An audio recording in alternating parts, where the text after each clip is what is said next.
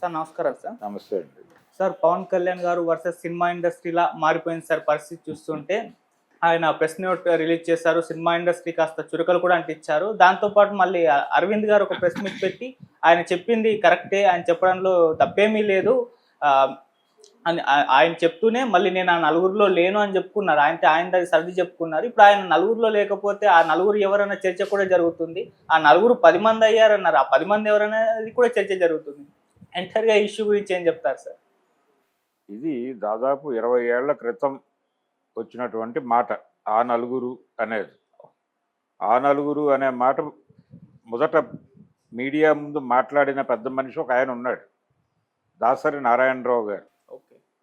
Cinema పరిశ్రమని ఆ నలుగురు కంట్రోల్ చేసి ఇబ్బందులకు గురి చేస్తున్నారు. చిన్న సినిమా మరణానికి ఆ నలుగురే కారణం అని దాసరి నారాయణరావు గారు చిన్న సినిమా కాంటెక్స్ట్లో మాట్లాడుతూ ఈ థియేటర్లన్నీ కూడా కంట్రోల్ చేస్తున్నటువంటి ఆ నలుగురు అని చెప్పాడు ఆయన. ఆ రోజుల్లో అరవింద్ గారు కూడా యాక్టివ్గా ఉన్నారు. ఓకే. నిజానికి నలుగురు కాదు, 5గురు కాదు, 6గురు అనే చర్చ అప్పుడు జరిగింది. దాని మీద చాలా విస్తృతంగా గొడవైంది దాసరి గారు ఆ మాట అన్న తర్వాత. కాకపోతే అన్నది దాసరి కాబట్టి కొంచెం చెవులు కొరుక్కున్నారు, ఇతర గొడవలు పడ్డారు తప్ప ఓపెన్గా వచ్చి ఆయనతో ఢీకొనేటువంటి సాహసం ఎవరూ చేయలే. నారాయణరావు గారు అలా మాట్లాడతారులే, ఆయన అంటే ఆయన్ని కాంట్రవర్సీ చేయటం ఎందుకులే అన్న ధోరణిలో చాలామంది నర్మగర్భంగానే వ్యవహరించారు. కానీ ఆ నలుగురు అనే మాట ఆ రోజున ఇండస్ట్రీని కొంచెం గాయపరిచిన మాట అయితే వాస్తవం. ఇలా జరిగినప్పుడు అంటే అప్పుడు అరవింద్ గారు ఉన్నాడు, సురేష్ బాబు గారు ఉన్నారు, వీళ్ళందరూ ఉన్నారు, సీన్లో యాక్టివ్గా ఉన్నారు. అప్పుడు యాక్టివ్గా ఉన్నాను అనే మాట నిన్న ప్రెస్ మీట్లో అరవింద్ గారు కూడా యాక్సెప్ట్ చేశారు. ఆ తర్వాత ఆయన నెమ్మదిగా దీనిలో నుంచి బయటకు వచ్చేసాను అని చెప్పాడు క్లియర్గా. బయటకు వచ్చేసాను, ఇప్పుడు నా దగ్గర మహా ఉంటే 15 థియేటర్లు ఉన్నాయేమో గట్టిగా అన్నాడు. అంటే G3 అనే పేరుతో ఆయన కొన్ని ఏరియాల్లో కొన్ని థియేటర్స్, ఉదాహరణకు విజయవాడ రాజ్ యువరాజ్ ఆయన కంట్రోల్లో ఉంది ఇప్పుడు. ఓకే. అలా కొన్ని థియేటర్స్ ఆ G3 అనేటువంటి ఎంబ్లం పేరుతో ఉన్న థియేటర్లన్నీ ఆయన కంట్రోల్లో ఉన్నాయి అంతవరకే. కానీ ఇప్పుడు అసలు విచిత్రంగా ఆ రోజున ఆయన ఆ నలుగురు అన్నప్పటి సీన్కి ఇప్పటి సన్నివేశానికి చాలా తేడా ఉంది. ఇప్పుడు ఆ నలుగురు అనే మాట కుదరదు. ఎందుకు కుదరదు అంటే ఇప్పుడు సింగిల్ స్క్రీన్ వాళ్ళ గొడవ ఇది. సింగిల్ స్క్రీన్ వాళ్ళు మేము చాలా తీవ్రమైన సమస్యల్లో ఉన్నాం, మా గురించి ఎవరు పట్టించుకోవడం లేదు, అందుకని మేము సమ్మెకి వెడతాం అన్నారు. ఈ సమ్మెకి ఎప్పుడు వెళ్తామన్నారు వాళ్ళు? జూన్ 1వ తారీఖు నుంచి సమ్మె అన్నారు. జూన్ నెలలోనే వీళ్ళు డేట్ అనౌన్స్ చేశారు. హరిహర వీరమల్లు డేట్ అనౌన్స్ చేసిన టైంలో వాంటెడ్గా ఎవరో ఈ థియేటర్ల సమ్మెకి పిలుపునిచ్చారు, దీని వెనకాల ఎవరో ఉన్నారు అని ఆంధ్రప్రదేశ్ సినిమాటోగ్రఫీ మంత్రి గారు అయినటువంటి కందుల దుర్గేష్ గారు ఆవేశపడ్డారు. ఎవరో ఉన్నారు అంటే ఆయన అభిప్రాయం ప్రజలు ఏమనుకోవాలని ఆ మాట అన్నాడు ఆయన.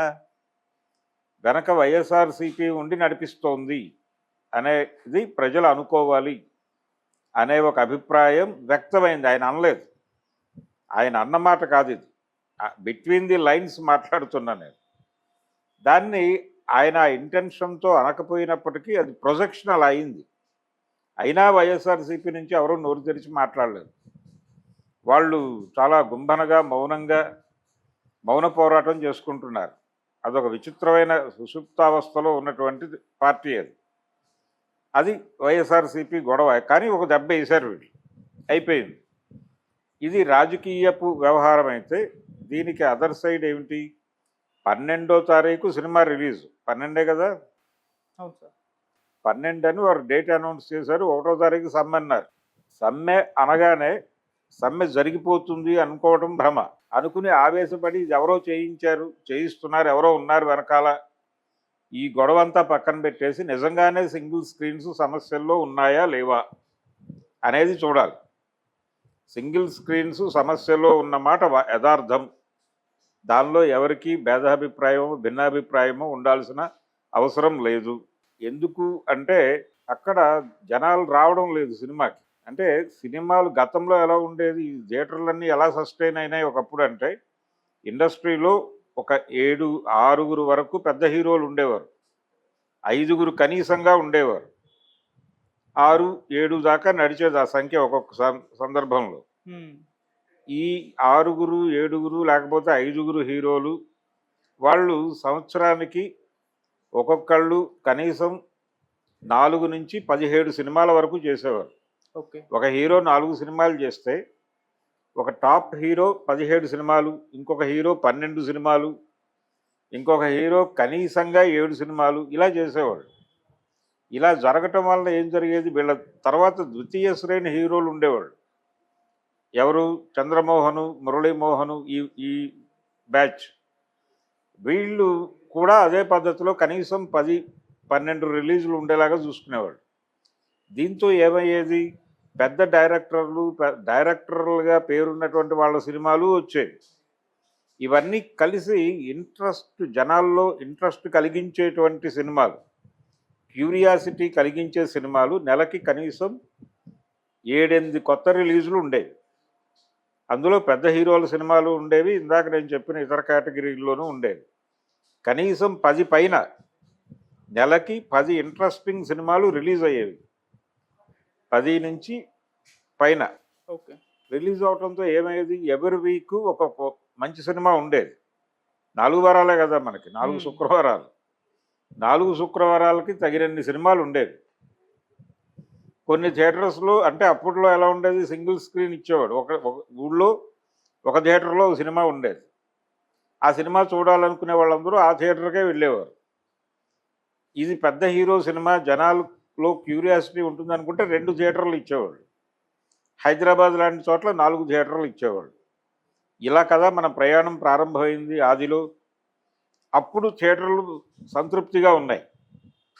ఇప్పుడు పరిస్థితి ఏంటి, పెద్ద హీరోలు వాళ్ళందరూ బిజినెస్ ఎక్స్పాన్షన్లో ఉన్నారు. లోకల్ మార్కెట్ నుంచి గ్లోబల్ మార్కెట్ దిశగా ప్రయాణంలో ఉన్నారు వాళ్ళు.